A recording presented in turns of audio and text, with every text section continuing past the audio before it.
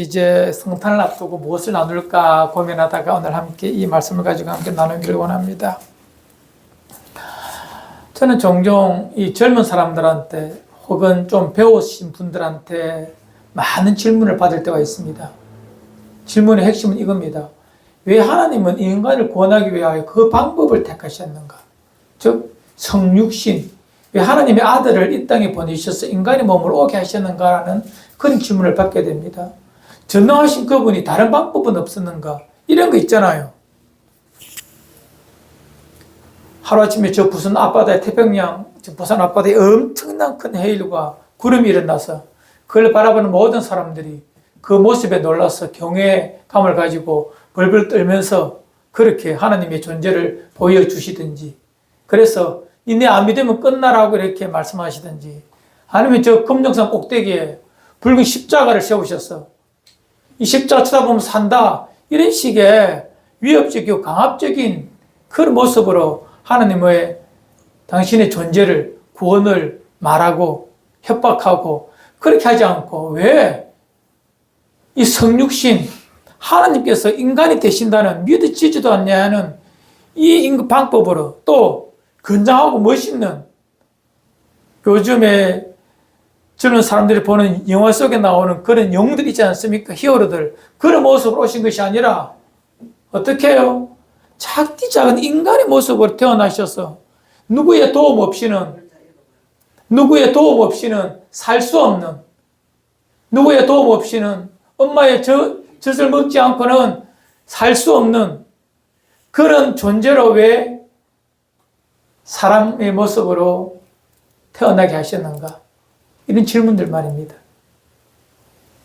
또 다르게 물어볼게요.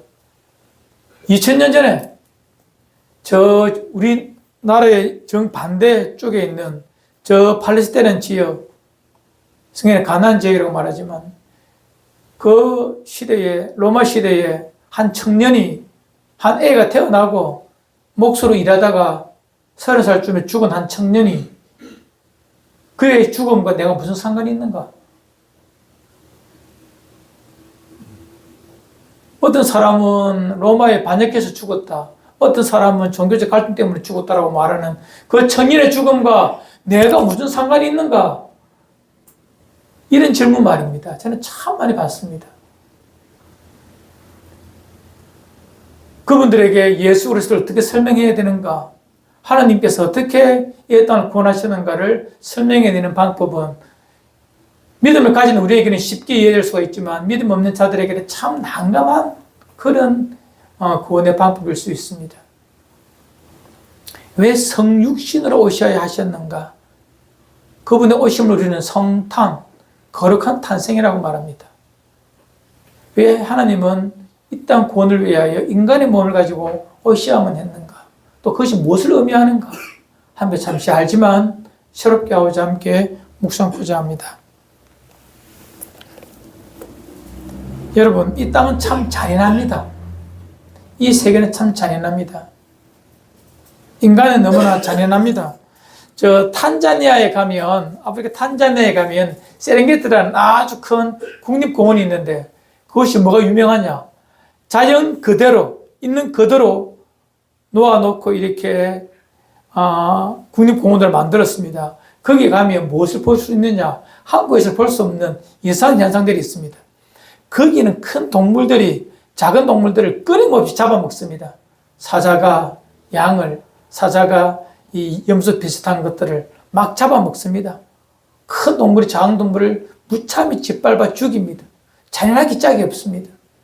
그걸 보면서 우리들은 느낍니다. 참 동물의 세계는 저렇게 잔인하구나 싶지만 고개를 돌려서 우리의 삶을 돌아보십시오. 인간은 더 잔인합니다. 강한 놈이 약한 자를 끊임없이 짓밟고, 있는 자가 없는 자를 끊임없이 착취하고,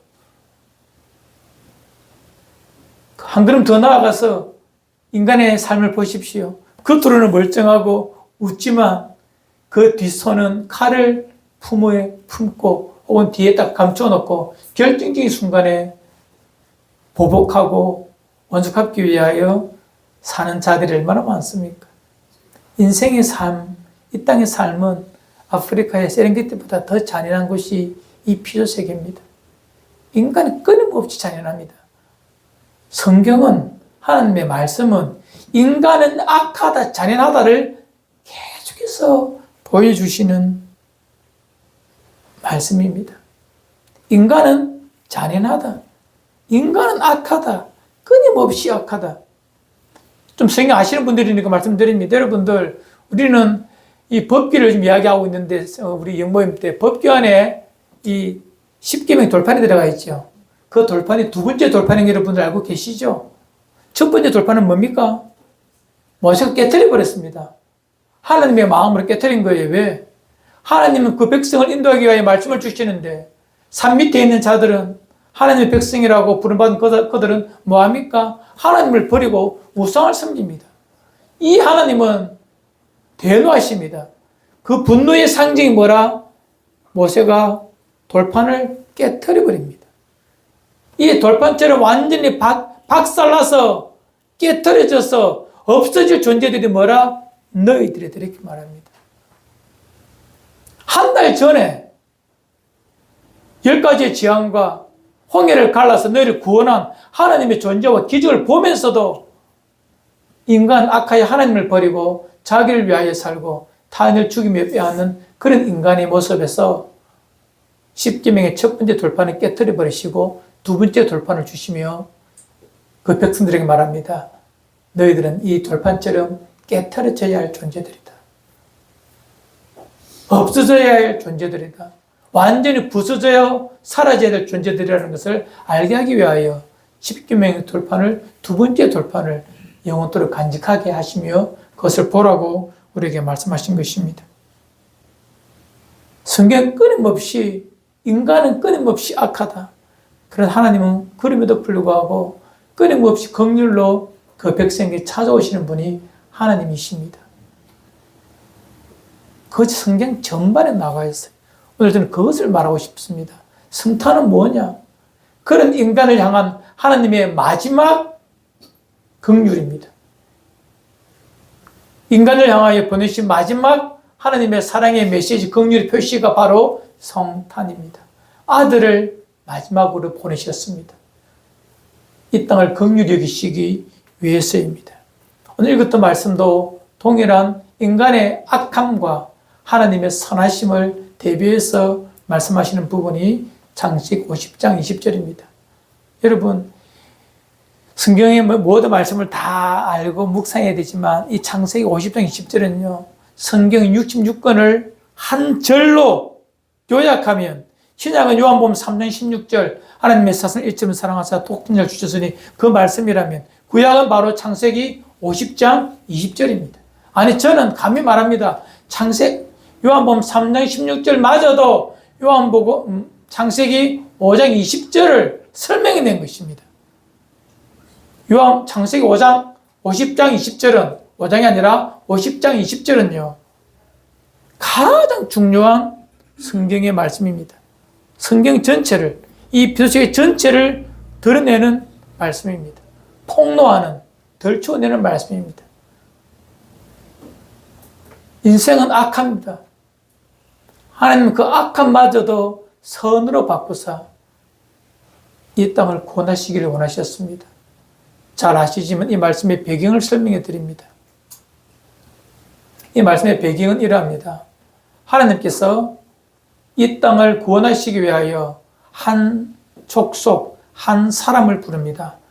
그 아브라함을 부르셨고 아브라함의 자손들을 통하여 이 피조세계를 구원하시기로 하셨습니다. 그래서 하나님은 야곱이라는 아브라함의 손자인 야곱을 통하여서 12아들을 태어나게 하시고 그 12아들이 12지파가 되고 이스라엘이란 한 민족을 이루어내시고 그 속에서 예수 그리스도가 오셔서 하나님의 구원의 역사가 이루어지는데 그 첫 부분이 바로 이 야곱의 12아들에 관한 내용입니다. 단순히 한 가정을 말하는 것이 아니라 그 속에 나타난 하나님의 구원의 방법, 하나님의 모습, 이 땅을 얼마나 사랑하시는가에 대한 하나님의 모습을, 마음을 성경에 기록해 놓고 있습니다. 잘 아시는 말씀입니다. 12아들이 4명의 배에서 태어납니다. 즉 4명의 여자에게서 태어나요. 그러니 끊임없이 갈등과 분쟁이 있는, 우리나라로 말하면 콩가루 집안입니다. 끊임없이 싸우고 미워하고 질투합니다. 4배에서 났으니 말입니다. 그 중에 마지막 11번째로 태어난 애가 요셉이고 12번째가 베냐민이라는 아들입니다. 같은 배에서 난 아들이죠. 이 요셉이 야곱이 너무 사랑했어요. 왜? 자기가 정말 사랑했던 한 여인 라헬에게서 낳기 때문에 그를 편애합니다. 결국 그 편애 때문에 요셉에게만 채색 옷을 비싼 값나가는 옷을 입히고 나머지 11명의 아들에게는 대충 입혔다는 거예요. 뿐만 아니라 이 요셉도 철이 없어가지고 자기의 잘남을, 자기의 특별함을 날마다 형이나 아버지 앞에 자랑하는 것입니다. 꿈 이야기 아시죠? 나중에 형들이 내게 절할 것이다. 급기야 엄마 아빠도 내게 절할 것이라는 그 꿈 이야기를 가슴에 품고 있으면 될 터인데 대놓고 자랑하니 형들이 안 그래도 늙고 사나운데 눈꼴 사나운데 참을 수가 없습니다. 그런 중에 형들은 모두 가서 양을 키우는데 아버지는 이 요셉만 끼고 있습니다. 형제들이 뭐하나 싶어서 보냅니다. 도단이라는 곳에 보내니 그곳에서 형들이 없어요. 어디 갔나 물어보니까 다른 곳으로 갔답니다. 이에 물어보러 가니 형들이 있는 곳을 발견하게 됩니다. 이 형들이 이제 기회다. 저놈을 죽여버리자. 그리고 아버지 기회 버리것이 될 것이다. 형제 간의 이 편애와 알력 때문에 요셉이 죽음을 당하게 되지만 장자 르우벤이 차마 형제를 죽일 수 없어 물 없는 구덩이에다가 빠뜨려 놓고 나중에 돌려보내려고 그랬는데 르우벤이 자리를 비우는 순간 다른 형제들이 그를 옷을 다 벗기고 미디안 상인들에게 노예로 팔아버립니다. 벌거벗긴 채로 노예로 팔려가 버리죠. 형들에 대한 배신을 당합니다. 그리고 애굽, 지금 이집트죠. 그 내려가서 죽을 고생하는 거 다 아십니다. 결국에는 그가 하나님 섭리 가운데 총리가 됩니다. 총리가 되고 난 다음에 전 세계적으로 흉년이 들어 모든 사람이 다 굶어 죽게 될 그때에 요셉의 형제들, 즉 야곱의 11명의 아들이 양식 얻으러 옵니다. 이미 총리가 되어서 지혜롭게 이 애굽을 잘 다스리고 양식을 나눠줬던 그가 형제들을 보고 그들의 믿음을 새롭게 하면서 회복을 합니다. 그리고 총리가 되고 70명의 그의 형제들과 형제들의 부인들과 자녀들과 조카들을 다 부르고 아버지도 불러서 애굽에서 이제 한 민족이 되도록 하는 400년 동안 마치 모짜리처럼 한 민족을 이루지 엄청나게 큰 민족을 이루기 위하여 하나님의 구원의 역사를 시작하는데 그쯤에 이제 나타난 말씀이 이 말씀입니다. 형제들이 요셉을 볼 때 얼마나 불편하겠습니까? 요셉을 죽이면 어떡할까? 그런 두려움 속에 있을 때에 이제 야곱의 아버지가 죽어버리니 방패막이가 없지 않습니까? 그 벌벌 뜨고 울고 있는 형제를 향하여서 했던 말이 바로 오늘 이 말입니다. 당신들은 악하여서 나를 헤아려 하였으나 하나님은 그것을 뭐 했다고요? 선으로 바꾸사. 그것이 뭐죠? 형제들의 악함입니다. 그것을 무엇으로 바꾸사? 선하게 바꾸사. 오늘과 같이 우리의 생명을 구원하기 위하여 애굽에 나를 먼저 보내신 하나님의 섭리입니다. 당신들은 악하지만 하나님은 그 악을 선으로 바꾸사 여러분들이 가뭄에 굶어 죽지 않고 이 민족을 더 크게 번성시켜서 하나님의 구원 사역을 위하여 준비하신 하나님의 긍휼입니다 라고 말하는 것이 이 본문의 말씀입니다. 인간은 끊임없이 악하여서 망가뜨립니다. 무엇을요? 하나님의 뜻을, 하나님의 이 피조세계를 망가뜨립니다.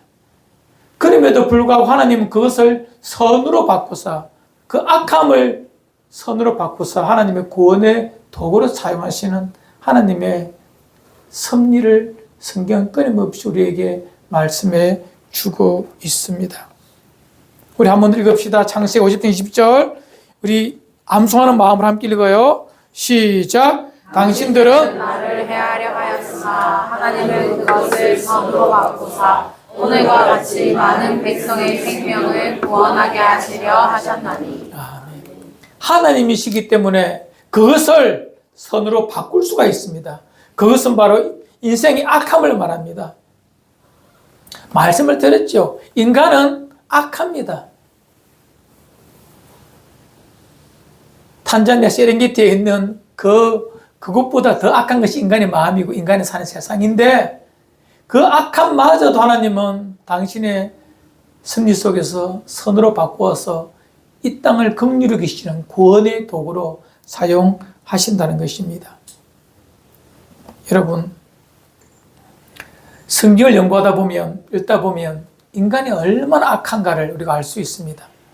좀 깊게 들어가니까 좀 집중하셔야 됩니다. 자, 우리 성경 한 절 봅시다. 신명기 21장 22, 23절 함께 보시기 바랍니다. 함께 읽어요. 시작. 사람이 만일 죽을 죄를 범함으로 네가 나를 죽여 나를 위해 달거든 그 시체를 나무 위에 밤새도록 두지 말고 그날에 장사하여 내 하나님 여호와께서 내게 기업으로 주시는 땅을 더럽히지 말라. 나무에 달린 자는 하나님께 저주를 받았습니다.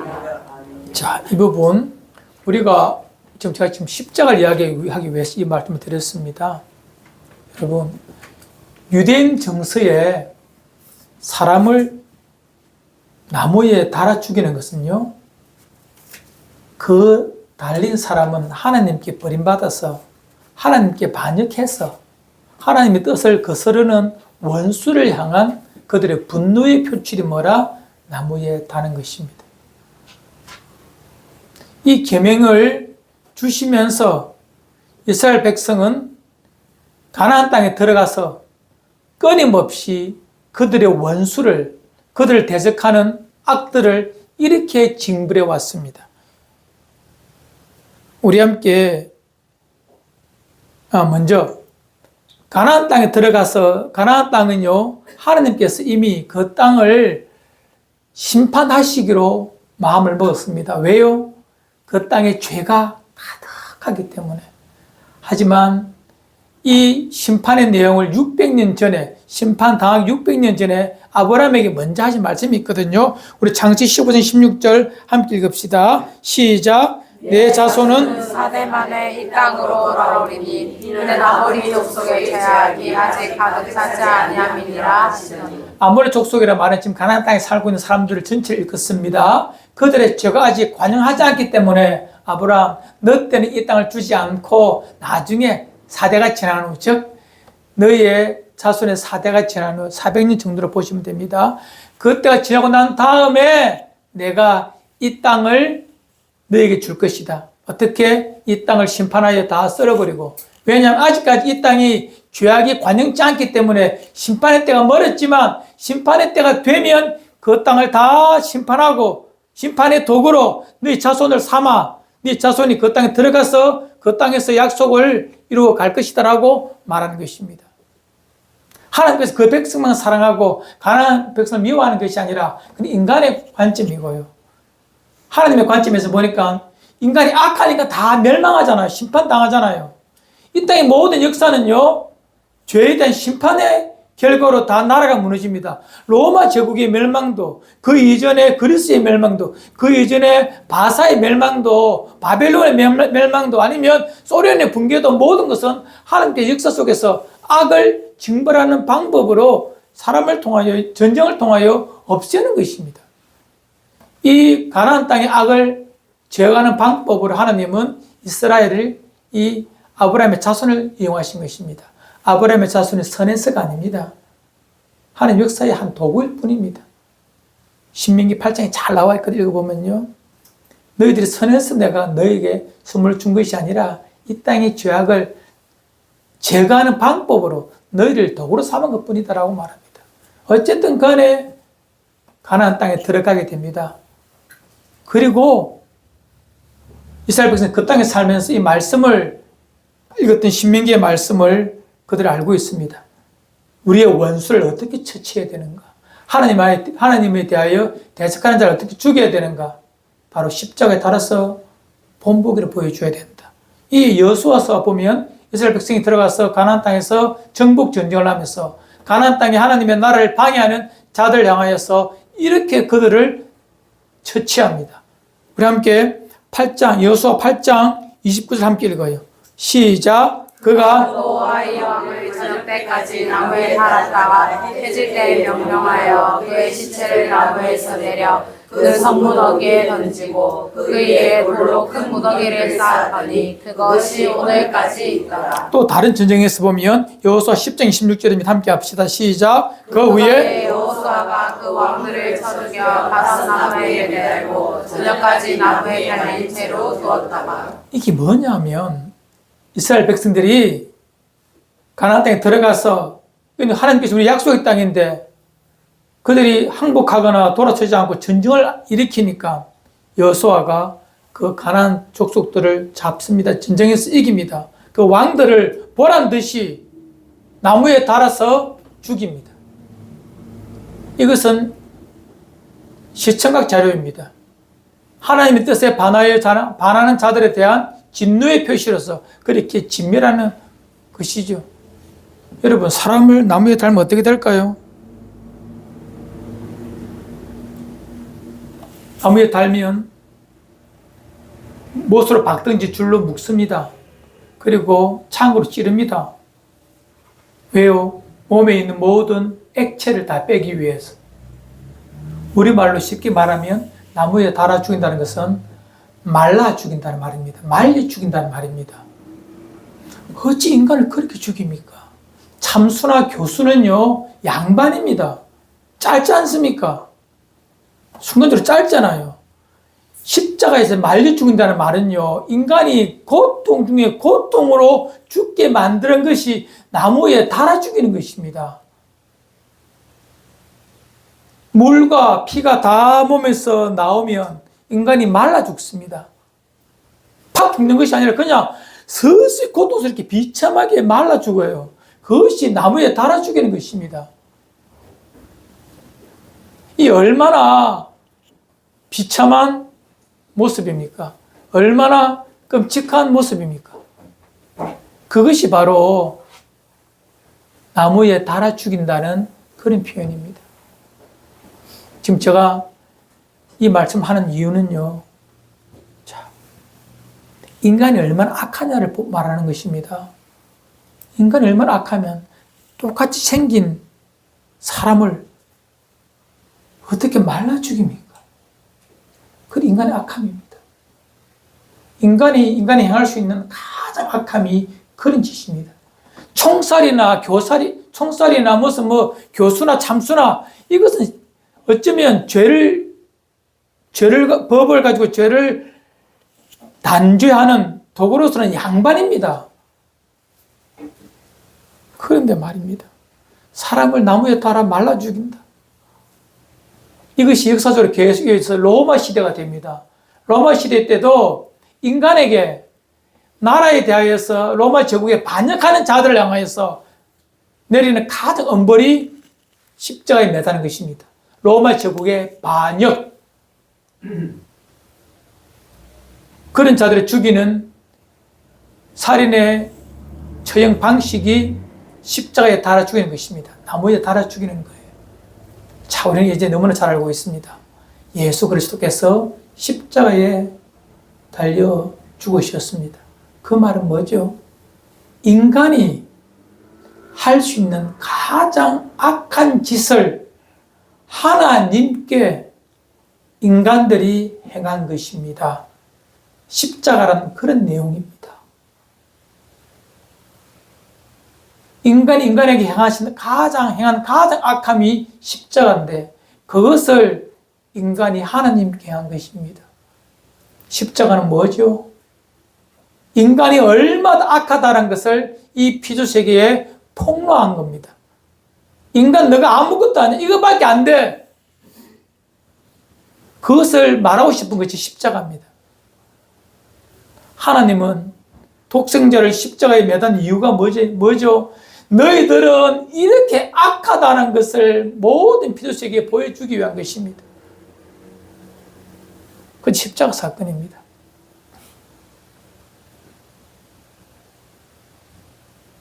인간은 악합니다. 어찌 그리 악한지. 인간 잘하지 마지 맙시다. 내가 그렇습니다. 인간 악합니다. 지극히 이기적입니다. 내 살기 위하여 사람을 그냥 죽이지 못해 나무에 달아 말려 죽여버립니다. 그것이 인간의 악함입니다. 피조세기 하나님은 공포하셨습니다. 인생들아, 너희들의 악함이 이렇다. 그것이 너희다. 너희에게 무엇을 내가 바라겠나? 하지만 나는 그 악함을 들어 나의 선함을 너희에게 보이시겠다라고 말씀하시면서 예수 그리스도를 십자가에 못 박아 죽게 하시고 나무에 매달아 죽게 하시고 철저하게 버림받게 하시고 봐라 너희들이 다 버렸지. 그러나 하나님은 그 아들을 3일 만에 부활시키심으로 다시 살리심으로 너희들은 가장 악하게 내 아들을 죽였지만 나는 그 악함을 이용하여 나의 가장 선함을 피조세계에 보인다. 이것이 십자가의 복음입니다. 이것마저도 믿지 못하면, 이 긍휼마저도 인정하지 못하면 이 피조세계에 무슨 기대를 가지겠습니까? 그래서 십자가는 뭐라? 하나님의 마지막 긍휼입니다. 마지막 이 땅에 하나님의 긍휼의 상징입니다. 이것마저 인정하지 못하면 내가 너희를 어떻게 내가 용서하겠느냐. 그래서 히브리서 1장 2절에 이렇게 말하고 있습니다.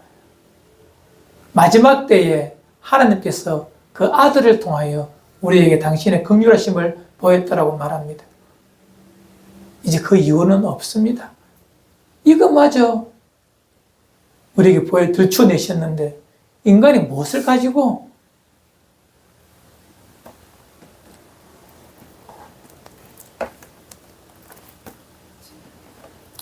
성도 여러분, 인간은 악합니다. 하나님은 그 악을 선으로 바꿔내십니다. 아마 사탄도 유대인들도 예수를 나무에 달아 말려 죽이면 모든 사람이 저는 하나님께 저주받은 자이겠지, 버림받은 자이겠지. 사탄은 말했습니다. 내가 이겼다고, 하나님 아들 죽였으니 내가 이겼다라고 만세를 불렀겠죠. 하지만 하나님은 사탄도 그 어떤 피조물도 꿈도 못 꾸는 부활을 통하여서 그 아들이 죄 때문에 죽은 것이 아니라, 그의 죄 때문에 저주받은 것이 아니라 너희 인간의 죄의 악함을 덜추어내기 위한 하나님의 구원의 도구였다라고 선언하신 것입니다. 그것이 십자가입니다.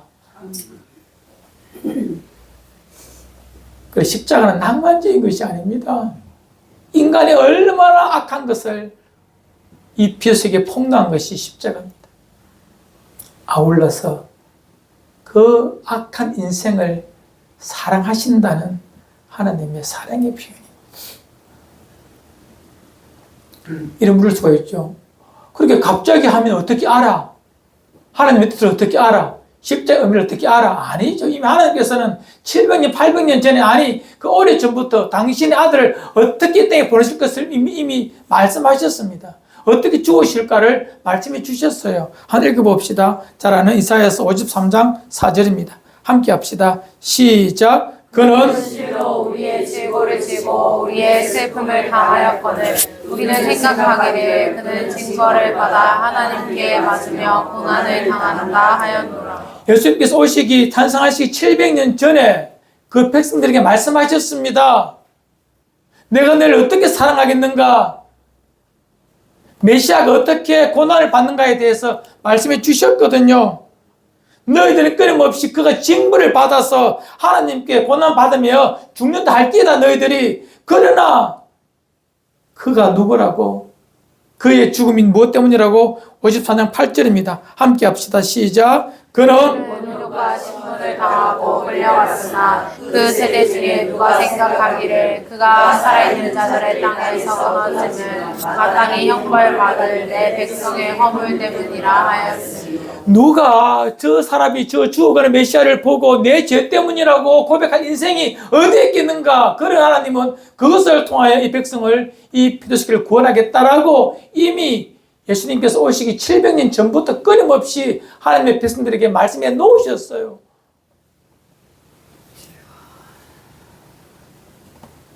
성탄의 계절에 저는 이 말씀을 나누고 싶었습니다. 성탄은 우리의 메시아가 모든 인생은 살기 위해 태어납니다. 하지만 우리 주 예수 그리스도는 죽기 위하여 태어나셨습니다. 죽음이 목적이셨습니다. 그래서 정녕 제가 말씀을 묵상하다 보면 우리 주님의 33년의 삶이 얼마나 고단했을까. 죽음을 아시거든요. 그도 인간입니다. 마리아의 젖을 먹고 자란 인간입니다. 그래서 두려움도 있고 시간에 대한 무서움도 있고 장차 있을 십자의 고난을 그 말라 죽음에 대한 두려움이 있었기 때문에 너무 힘들어하신 우리 성경에서 다 겟세마네 동산에서 보잖아요. 내가 너무 고난 힘들거나 아프거나 괴롭거나 아신다는 것입니다. 주님은. 그것이 십자가고 복음입니다. 우리 기독교를 너무나 낭만적으로 보고 내 유익을 위해 기독교를 이제 우리가 믿고 다닌다 하지만 교회 다닌다 하지만 자세히 들여다보면 십자가는 성탄은 이 피조세계의 하나님의 긍휼의 마침이요 최종 결론입니다. 그래서 크리스천들은 성탄을 경험할 때에 기쁘다 구주 오셨네. 맞아요. 맞습니다. 좀 더 들여다보십시오. 이 피조세계의 악함을, 이 피조세계의 진짜 악함을 덜추어내시는 하나님의 마지막 사랑의 표현이 성탄입니다. 그래서 우리는 성탄절날 기쁘게 사는 것도 물론 지날 수도 있지만 믿음의 연수가 깊어질수록 주님의 사랑을 알면 알수록 성탄이 주는 우리의 메시지는 너무 큽니다. 너무 강합니다. 인간의 악함을 덜추어낸 것이 성탄입니다. 인간 너에게는 소망이 없음을 전하는 것이 성탄입니다.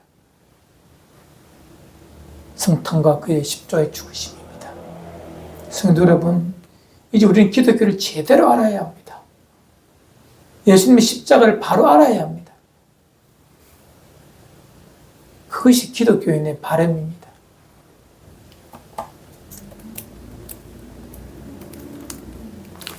말씀의 결론입니다.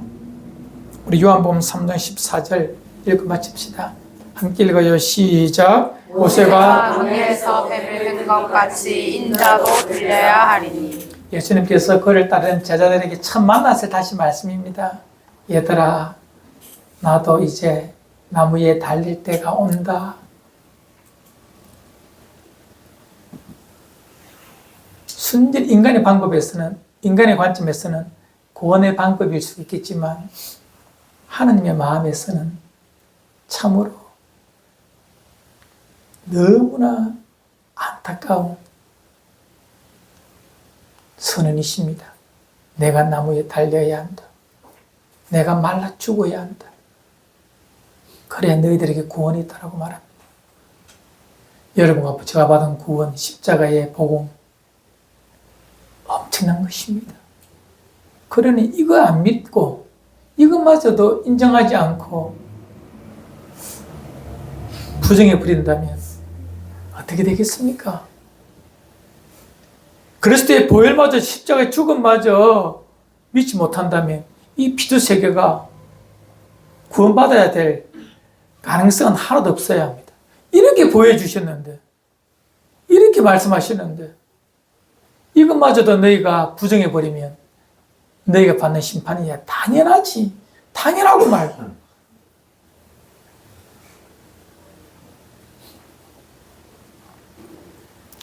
말씀의 결론입니다. 하나님은 긍휼이 풍성하십니다. 그래서 인생의 악함을 선함으로 바꾸어서 하나님 어떤 분이신 우리에게 보여주십니다. 그것이 십자가입니다. 지금 우리에게 이제 정의합시다. 예수님 우리에게 우리 속에 종종 악함이 드러납니까? 아니, 비참함이 드러납니까? 괜찮습니다. 인간은 십자가에 달아 창조주를 하나님을 죽이는 그 악함도 용서해 주셨는데 무엇을 용서해 주시지 않겠습니까? 자녀인 우리에게요. 모든 허물과 약함을 악함을 긍휼에 풍성하신 하나님께 다 드리고 오늘도 그 구속의 은총 가운데 날 향한 주님의 사랑 가운데 하루하루 서 가신다면 우리의 날들이 우리의 삶이 어찌 복되지 않겠습니까? 이 성탄의 계절 우리의 악함과 하나님의 선하심을 잘 묵상해 보시고 어떻게 내가 받은 구원인지 십자가의 사랑인지 더 뜨겁게 사랑하시는 한 주간에 되시기를 주의 이름으로 축원을 드립니다. 아멘.